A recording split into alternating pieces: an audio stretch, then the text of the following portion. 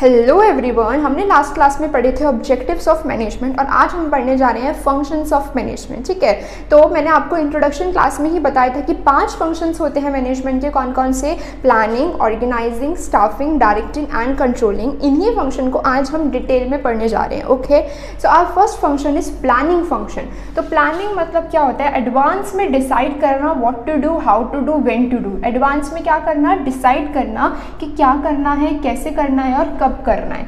ये तो थी आपकी पहली डेफिनेशन प्लानिंग की। दूसरी डेफिनेशन है आपकी, आप यहाँ खड़े हो, दिस इज योर कौन सी पोजीशन? Actual position. आपको यहाँ पे पहुँचना है जो कि आपकी डिजायर्ड पोजीशन है। तो यहाँ से यहाँ तक का गैप कौन ब्रिज करेगा, कौन कवर करेगा? प्लानिंग फंक्शन कवर करेगा। तो प्लानिंग की दूसरी डिफाइन है, it bridges the gap between where you are and where you want to go.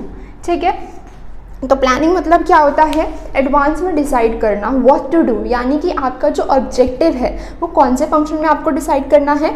Planning function में डिसाइड करना है। अब उस ऑब्जेक्टिव को फुलफिल करने के लिए आपको जो रिसोर्सेज चाहिए वो कौन से फंक्शन में आएंगे? आपके सेकंड फंक्शन में, ऑर्गेनाइजिंग फंक्शन में। तो ऑर्गेनाइजिंग मतलब क्या होता है? ध्यान से देखिए, organising is the management function of. Organising किसका फंक्शन है? मैनेजमेंट का एक वो फंक्शन है जिसमें हम लोगों को क्या असाइन करते हैं? नंबर 1, ड्यूटीज असाइन करते हैं।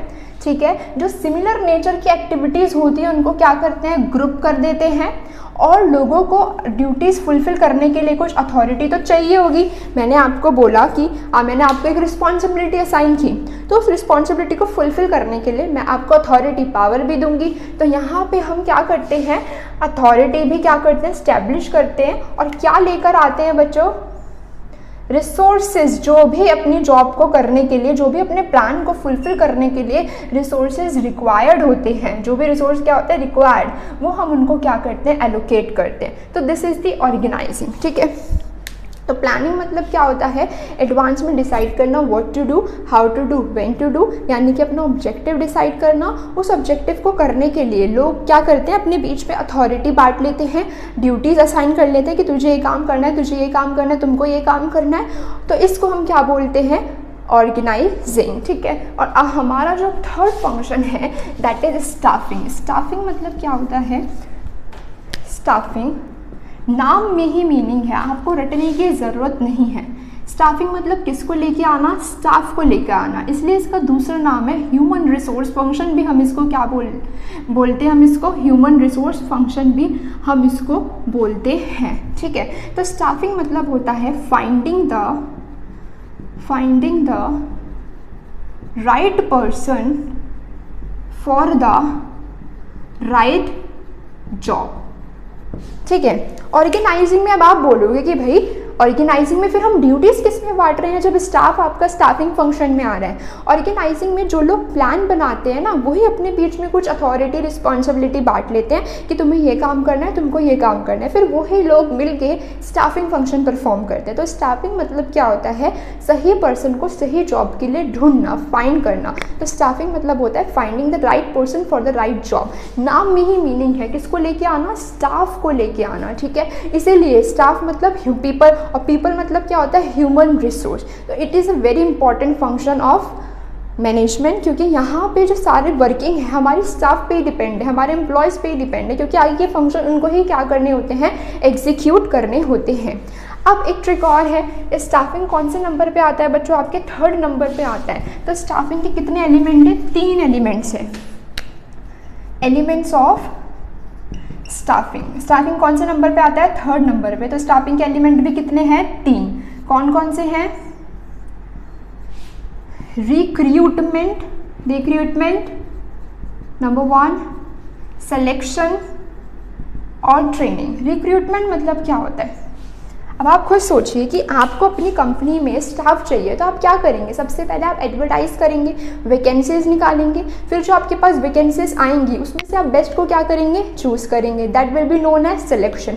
और वंस आपने उनको क्या कर लिया? सेलेक्ट कर लिया, तो आप उनको क्या प्रोवाइड करेंगे? आप उनको ट्रेनिंग प्रोवाइड करेंगे। तो these are the 3 elements of staffing. The first one is recruitment. Recruitment means inducing या फिर attracting more and more candidates. अभी हमने उनको सेलेक्ट नहीं किया है इसलिए हम उनको कैंडिडेट्स ही बोलेंगे।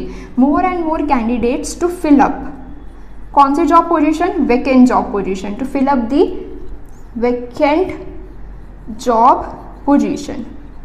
ठीक है बच्चों,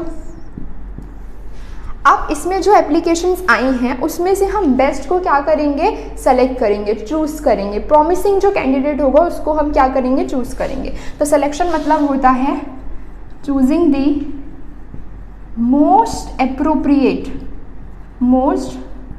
एप्रोप्रिएट या फिर प्रॉमिसिंग